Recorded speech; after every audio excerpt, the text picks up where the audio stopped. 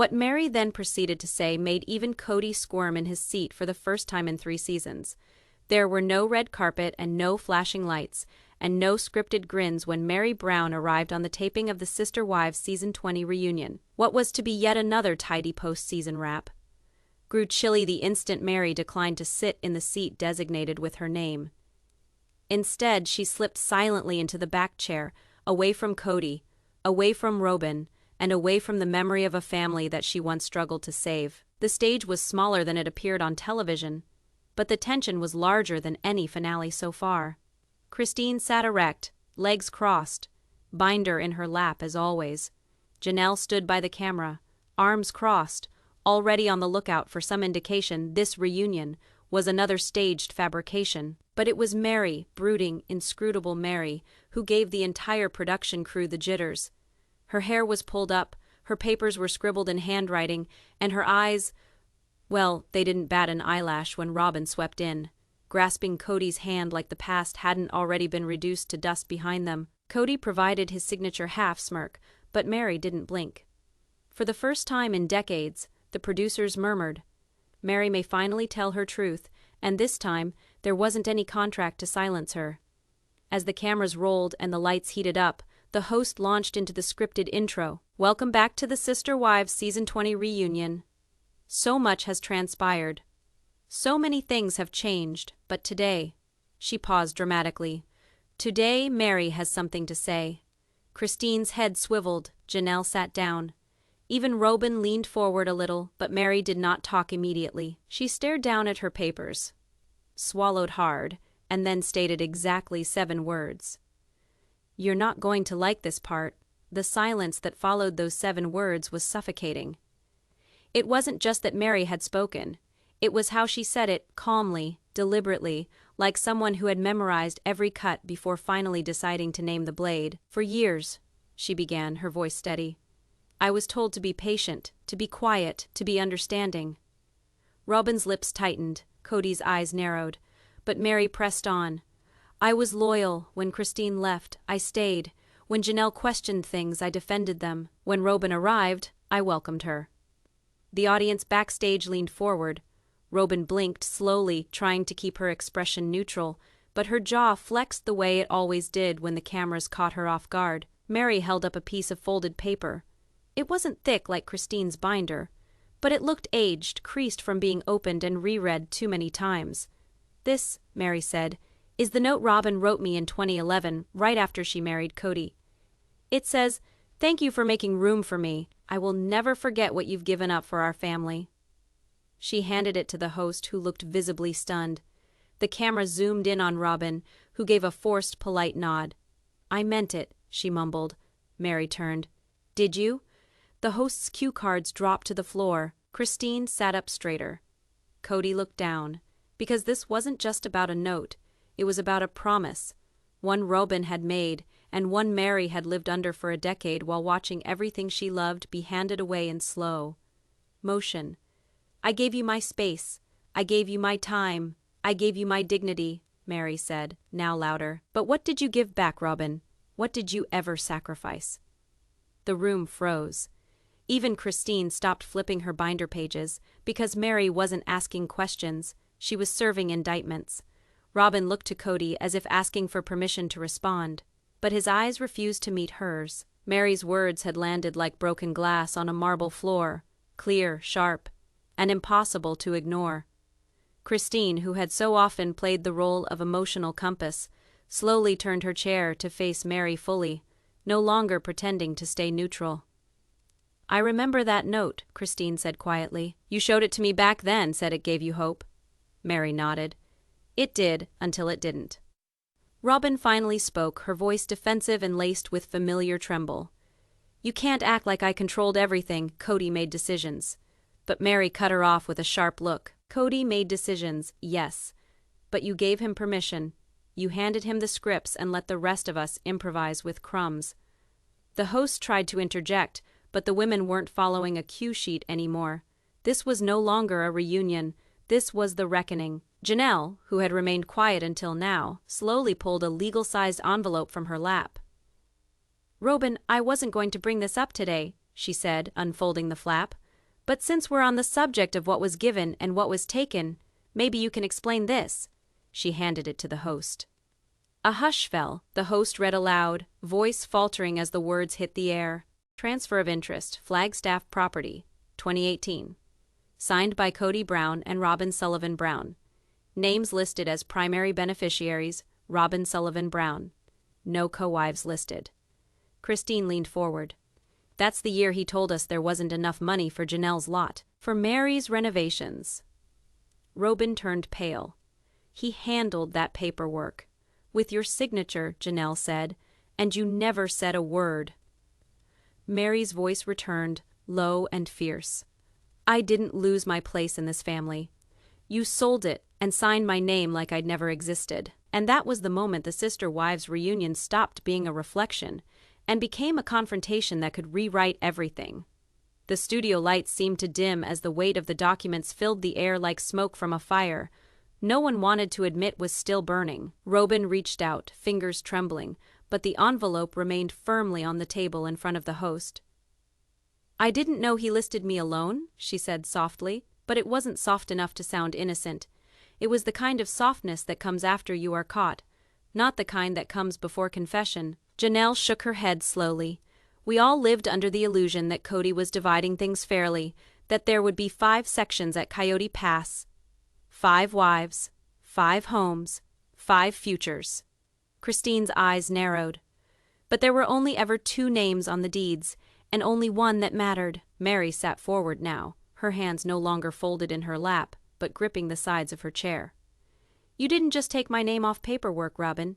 You took my name out of conversations, out of family planning, out of love." The host, clearly unprepared for the emotional implosion, tried to steer the conversation gently.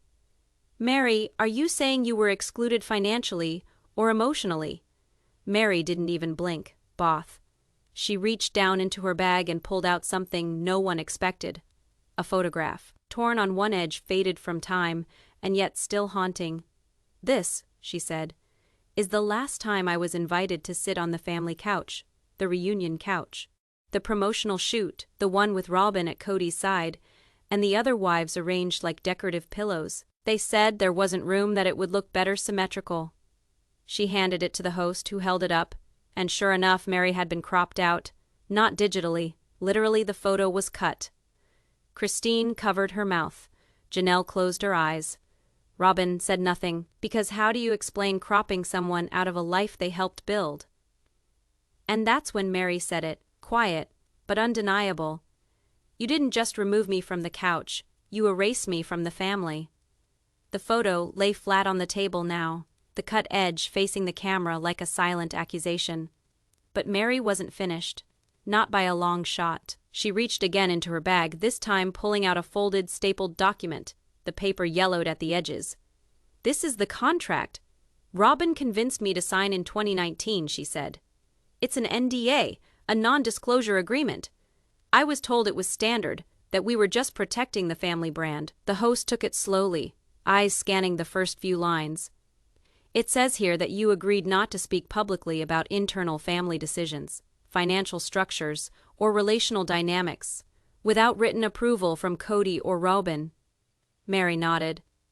"Yes, and when I asked why I had to sign it and not Robyn, Cody told me, because she is the brand. You're part of the history." Christine sat back like she'd been slapped. Janelle's lips parted, but no words came out. Robyn's face was unreadable now, a mask of calm over a sea of cracks. "I didn't know he said that," she murmured. "Didn't you?" Meri asked. "Because the night I called you crying about it, you said, 'Just sign it, it's better if we stay unified.'" The lights above flickered slightly as if the room itself flinched. "You told me unity was worth silence," Meri continued, voice shaking now. "But I learned something else that year. Silence isn't unity. It's erased, especially when it's demanded by the one who benefits most from your absence." Robyn finally spoke, desperate. "I thought we were protecting the family." Meri's voice dropped to a whisper. "You were protecting your position." She looked up at the host, then at the camera. "I'm not silent anymore." And for the first time in Sister Wives history, the reunion stage didn't feel like a set. It felt like a courtroom. And Meri had just submitted Exhibit A, The camera crew was silent, unsure if they should keep rolling or call for a break. But the host gave the tiniest nod. Keep going. The truth had breached the surface, and no one dared look away. Robyn sat back now, arms crossed, blinking rapidly as if trying to suppress tears. But Meri's stare never wavered. She turned to the others, not for validation but for clarity. "You want to know when I knew it was over?" she asked. The tension around her heavy. It wasn't the couch. It wasn't the NDA. It was the green room, season 17. Christine and Janelle crept forward. They both recalled that season's reunion, but they had not been in the green room. "We were off camera," Meri explained. "And I told Robyn I felt invisible, that I had no idea where I fit, that perhaps I should leave the family. And do you know what she told me?" She didn't ask. "If you go, it will make it easier. Cody's exhausted. He has less to deal with." Robyn gasped. "I didn't say it like that." "But you said it," Meri snapped, and Cody just nodded and said nothing. That is when I understood the silence wasn't disappointment, it was permission. The words hung suspended like a sentence passed. Christine breathed softly. "You never told us." Meri smiled, small and bitter. "That is the thing about betrayal. You are not always silent because you are weak. At times you stay quiet because you are waiting to find out if anyone else heard it as well." Janelle dropped her eyes, shame etching across her face like a scar that had finally appeared. The host spoke softly. "Meri, why now?" Meri looked into the camera. "Because my silence paid them power. And this is the final payment they're ever going to receive from me." At that point, Robyn didn't weep. Cody didn't defend, and Christine didn't smile, because Meri hadn't just talked, she'd testified. What followed wasn't part of the reunion format package. It wasn't on the script, it wasn't on the agenda, and it certainly wasn't anticipated. The host looked over at the production staff and requested quietly but firmly, "Do we have green room coverage of season 17? There was a hold for a moment, then a whisper into an ear, then a nod. "Yes," replied the floor producer. "We did, but it wasn't broadcast." The screen in the background of the cast flickered, and the rough grain of behind. The scene's footage sprang into focus. No music, no sheen, only two women all by themselves in the soundproofed lounge. Meri slumped forward on the couch, wringing her hands, and Robyn standing with her arms folded. There wasn't any sound initially, but subsequently the subtitles came. "Meri, I don't think I can do this anymore. I feel like I am just a ghost in this family." "Robyn, then perhaps distancing yourself would be beneficial. Cody doesn't have the bandwidth for more stress." "Meri, so I am stressed now." "Robyn, no. I am simply saying releasing sometimes opens space for peace." The clip cut there. Quiet. The room was so quiet you could hear the camera motors whirring. Robyn said something first, but her voice had shrunk now, tense.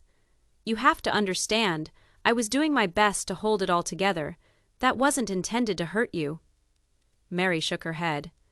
"But it did, and you never once checked in. Never once called and asked if I got home all right that night. Never once called and asked if I'd made a choice. You were okay with that silence, because it left you by yourself with him." Christine glanced at Robyn with something other than anger. It was clarity. Janelle expressed what everyone had been thinking. "Robyn, you've always said that you were the peacemaker, but what peace demands everyone else to make a disappearance for you to be in a good mood?" And in that moment, the reunion wasn't about remembering. It was about finally looking at Robyn and asking why she never looked back at them.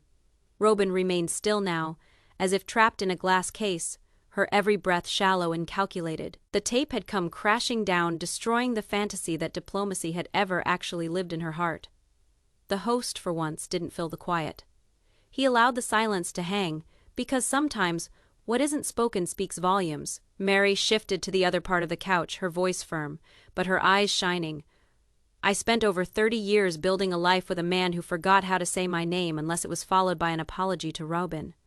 She reached into her folder again, this time pulling out a battered, color-coded notebook. It was Meri's personal archive, years of notes, letters, and family schedules. "This was our life," she said. "This was our structure before Robyn. Every wife had a role, a set of boundaries, a set of responsibilities, and a voice. She turned to a page, one that was marked 2010, Family Council Agenda. We once voted on big things together. We talked about money as a family. Then Robyn entered, and within a year, the meeting ceased. Robyn rolled her eyes. That is not the case. We changed. No, Meri cut in. We imploded. Or more precisely, we were dismantled. She showed him another page. This one had a jagged edge, as if it had been torn out of its spine. I discovered this page in the garbage, Robyn said to Cody. It was too confusing to have 4 voices, that one vision would be more appropriate for the kids. Janelle's mouth fell open. Christine leaned forward. You ripped out our voices, she accused. Robyn's lips quivered. I just wanted peace. But not equality, Meri shot back. You wanted to be heard. But only if we were silent. And at that moment, Meri didn't need a judge and jury. She had the notebook, the receipts, the ripped-out truth that Robyn prayed nobody would ever lay eyes on again. The set no longer felt like a reunion. It was more like a courtroom now. Each line felt like testimony, every glare a cross-examination. But it was not Meri who struck again. It was Christine. She had been too long silent, working through the revelations in a cold, hard intensity. And when she finally opened her mouth to speak, her words trembled with repressed anger. Robyn, you told me one time, after Truly's surgery, that I was selfish for hoping Cody would come to the hospital, Christine said deliberately, slowly. You said I was pushing him too hard. The crowd, live and watching on millions of screens, waited with bated breath. You said he was tired because he had to put the legal marriage first. Robyn blinked quickly. I didn't mean to say, but you did say it.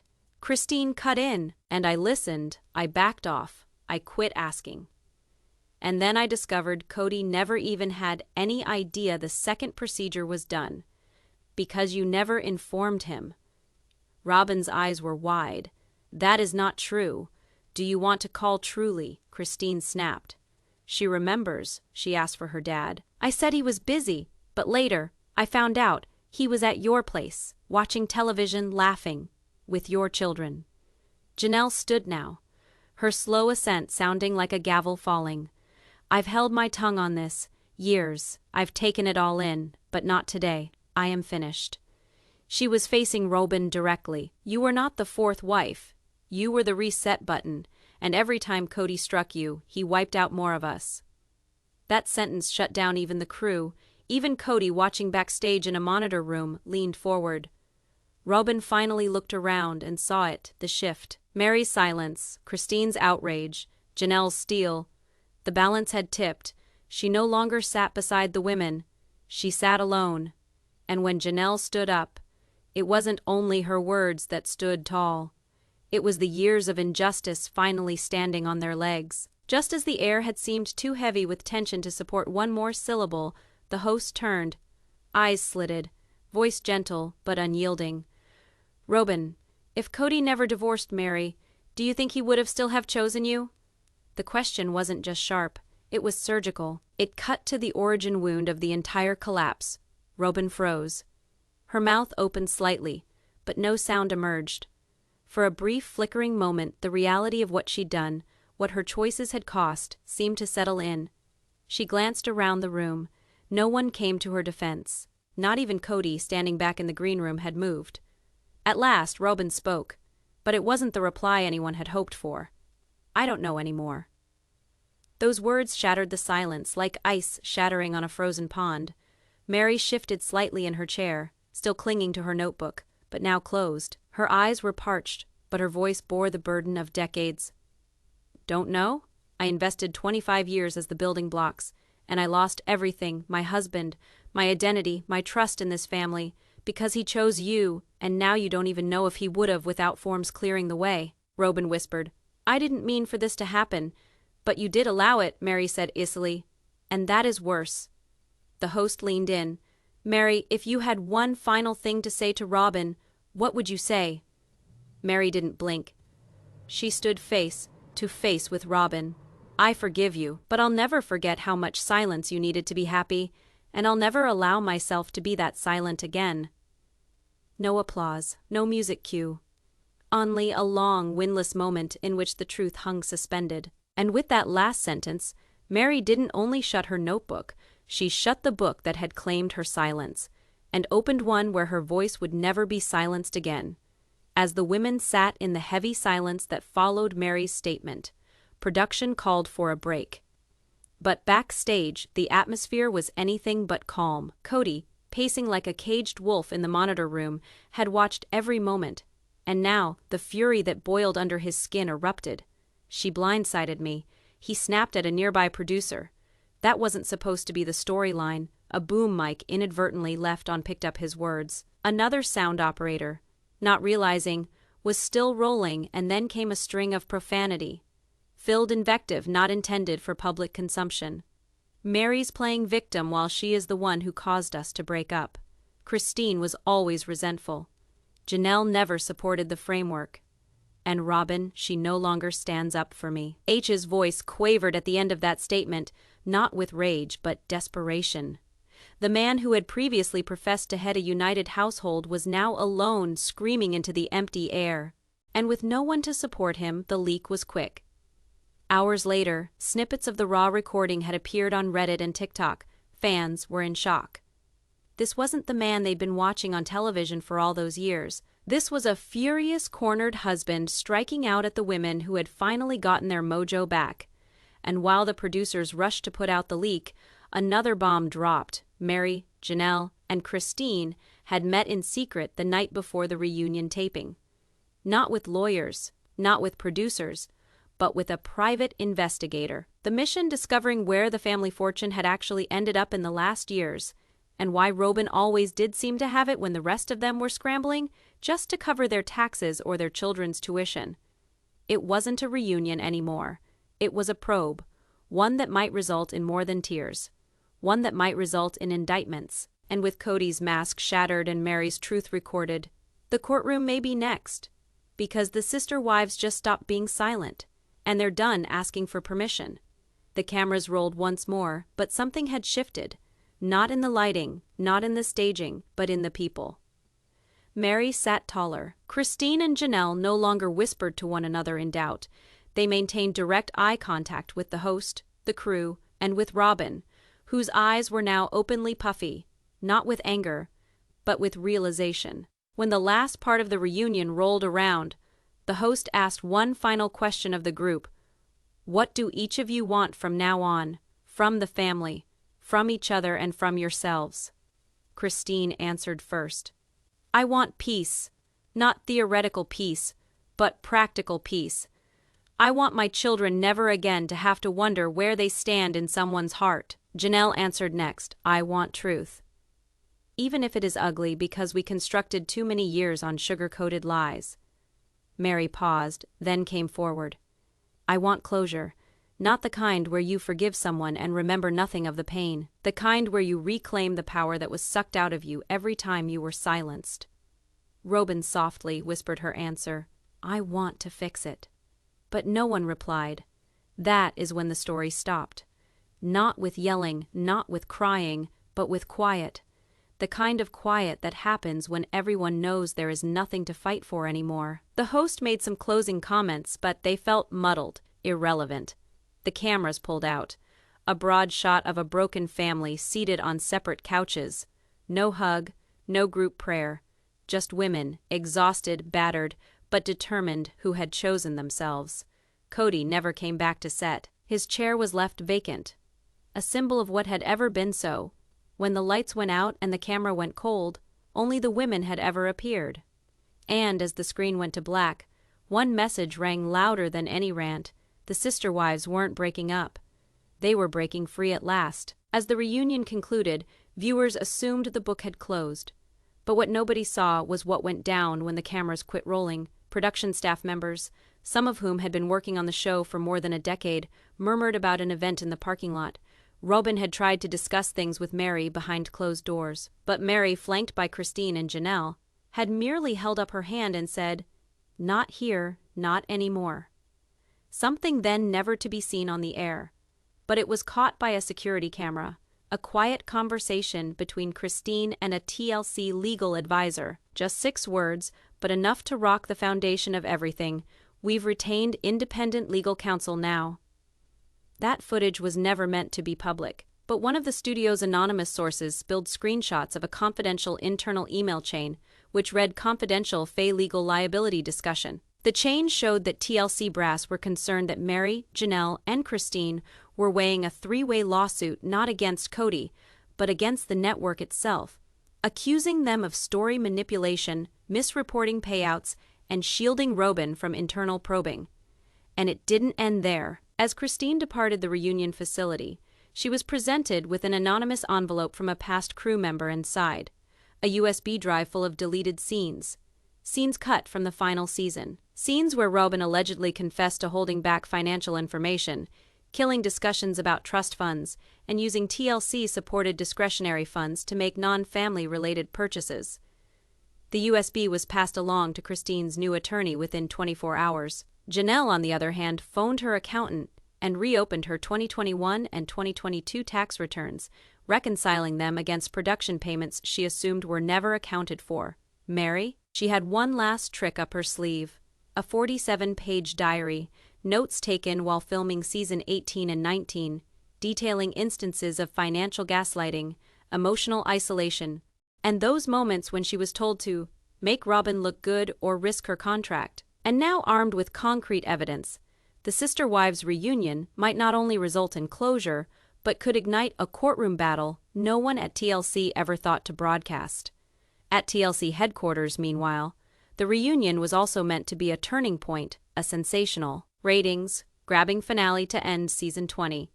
But instead, it opened Pandora's box.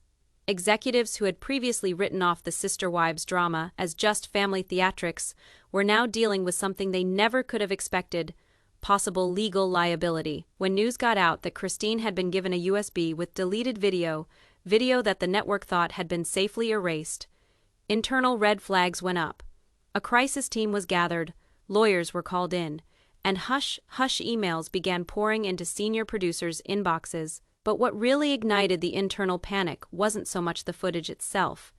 It was who released it. Because camouflaged among the production staff was someone they had long underestimated, an assistant editor who would only be identified as ML, who had been quietly documenting inconsistencies in footage logs, payment trails, and doctored storylines for more than 2 years. This whistleblower, seared by a botched promotion and attuned to possible fraud, had started assembling a dossier, contracts, internal emails, cash flow statements, and records of transactions in which appearance fees were paid out to Robyn Brown that dwarfed those of the other wives.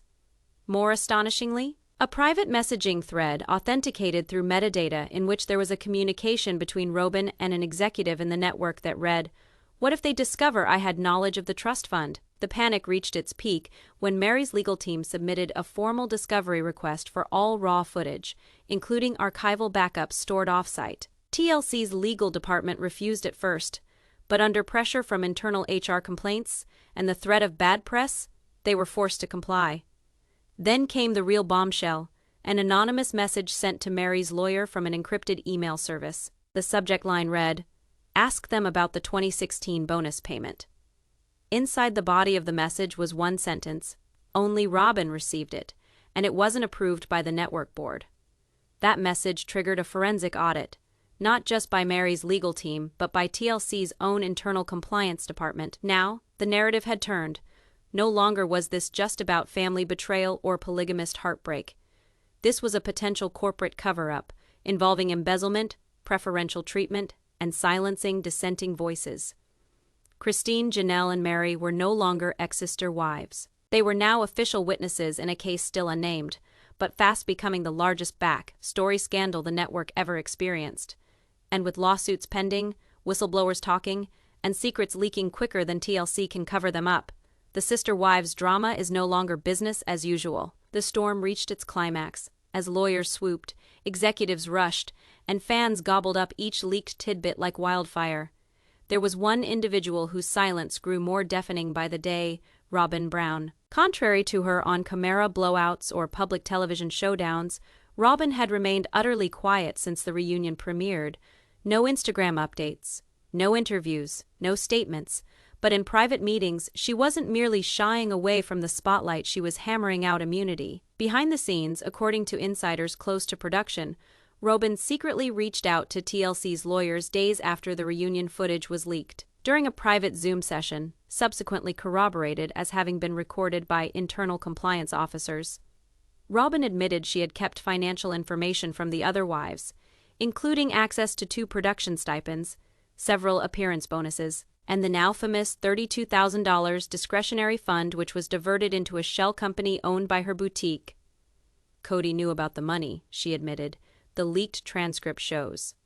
But he didn't know I was keeping most of it off the books. The revelation shook TLC's boardroom. In a closed-door meeting stamped crisis priority, the board was shown the possible consequences: federal audit risk, class action exposure, and permanent brand damage. Some called for scrapping the show altogether.